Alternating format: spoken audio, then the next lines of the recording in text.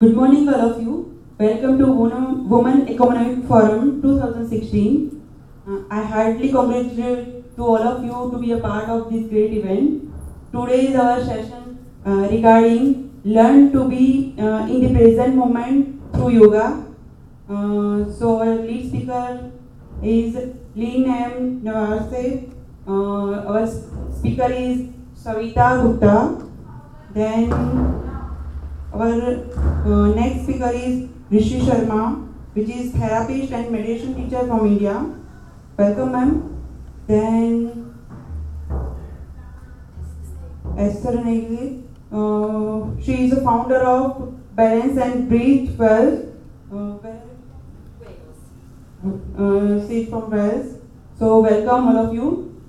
So I hand over to our lead speaker for this session. Welcome, ma'am.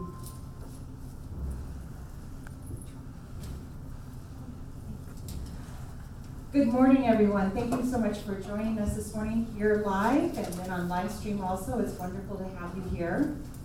My name, like was mentioned, is Lynn Navarre. I'm from the USA, Washington State. I am an Ideal Life Vision coach, but I'm also a yoga instructor and an equestrian. And the reason I tell you about equestrian, you'll learn about in just a little while. I just want to share a little bit. I'm so grateful to have Esther and Ruchi and Savita here so that they can share this wonderful class together so that we can teach you from our own points of view and from our own stories, because I think it's so important. We have so much to share with each other, and we each share in a different way, and it's amazing when we can share and we can find that connection together. So thank you so much. I first was introduced to yoga in the late 70s, and it was in a gym class. And I didn't understand what it was. I didn't understand what I was feeling. I didn't understand the peace I felt when I was in Shavasana. And I was like, this is just all kind of weird. So it was the 70s, it was the hippies, it was America. So I just kind of put it on the side and didn't think about it anymore until early 2000. And then what happened is I started going to, in the West, we call it gym yoga.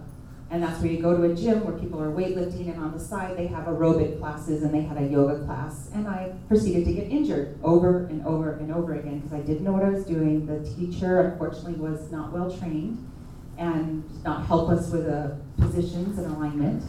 And so I had to stop practicing yoga because I had some severe injuries. And about 2010 or so is when a friend of mine that was taking yoga teacher training, she needed a practice client. And so I said, yes, I'll be your client if you're very careful with me. But I absolutely refused to do the mantras, I refused to chant, I refused to do breathing, and I refused to do meditation. I just want to know the poses, and that's it. I thought that's what yoga was all about.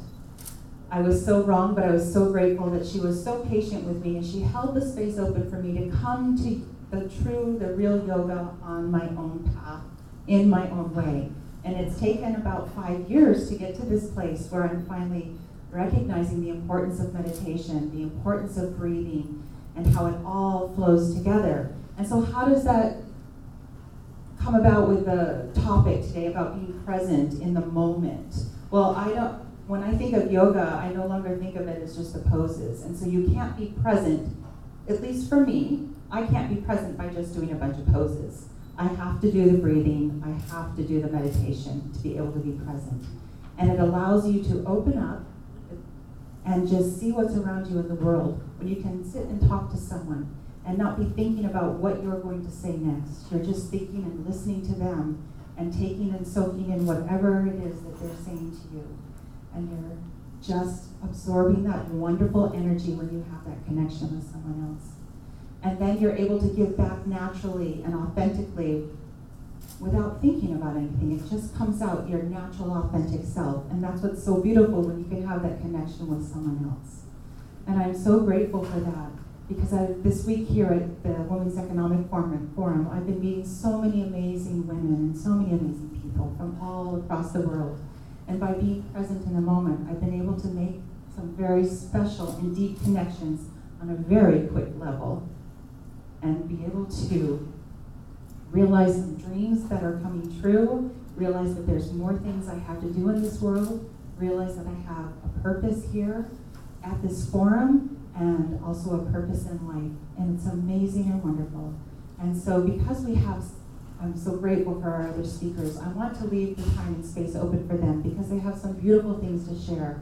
I've been to 2 of these speakers' classes, Ruchi and Esther. I've been pleased to be in your classes, and I love what they had to share. And because not everyone can be at 12 different places at once, I invited them to be a part of this class today so that more people could be blessed by their presence and the things that they have to say. But first, I'm going to turn it over to Savita. Thank you so much.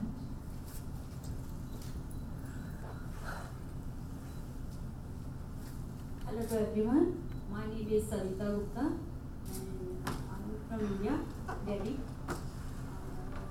I'll tell you how I joined yoga. I have severe pain in my right feet. I have spasm. I did it so much.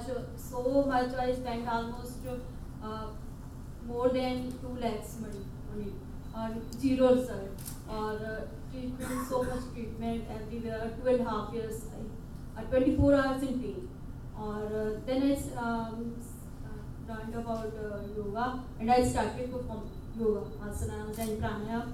Or I don't know when or why my pain is gone. I am 100% cured. This is wonderful. And 1 year before I joined, as to this yoga. And now I am a teacher of yoga. And I learned teaches so many people, and they are also getting help. Little bit I ask about yoga. Yoga एक बहुत ही large subject है, और to lead the society it has 8 organs, or to lead the societies. First is yam, and then to lead the body. Patanjali Yoga, according to Patanjali Yoga Shastra, there is niyam, and according to lead our breath, body breath, there is breath. To lead our body, there is energy called breath, and this is my first speech, and I am a little bit nervous. Thank you to all.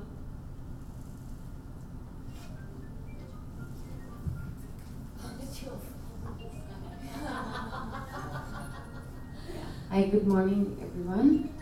First of all, I would like to thank Lynn for inviting me to be a panelist among the yoga teachers, though I'm not one, of course, but I do teach meditation.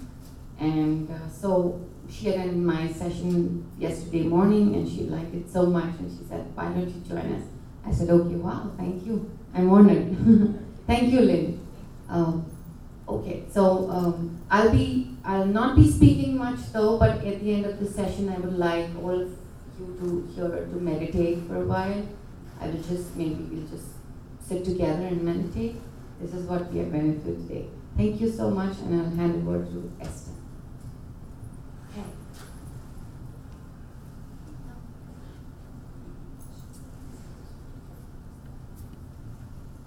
Hello, I'm Esther Nagel, and I'm a yoga teacher from Wales in the UK. And I also wasn't actually scheduled to be in this talk, but Lynn invited me to join her, and it seemed like a really good talk to be on. I'd actually originally wanted to be on it, but ended up on some others as well.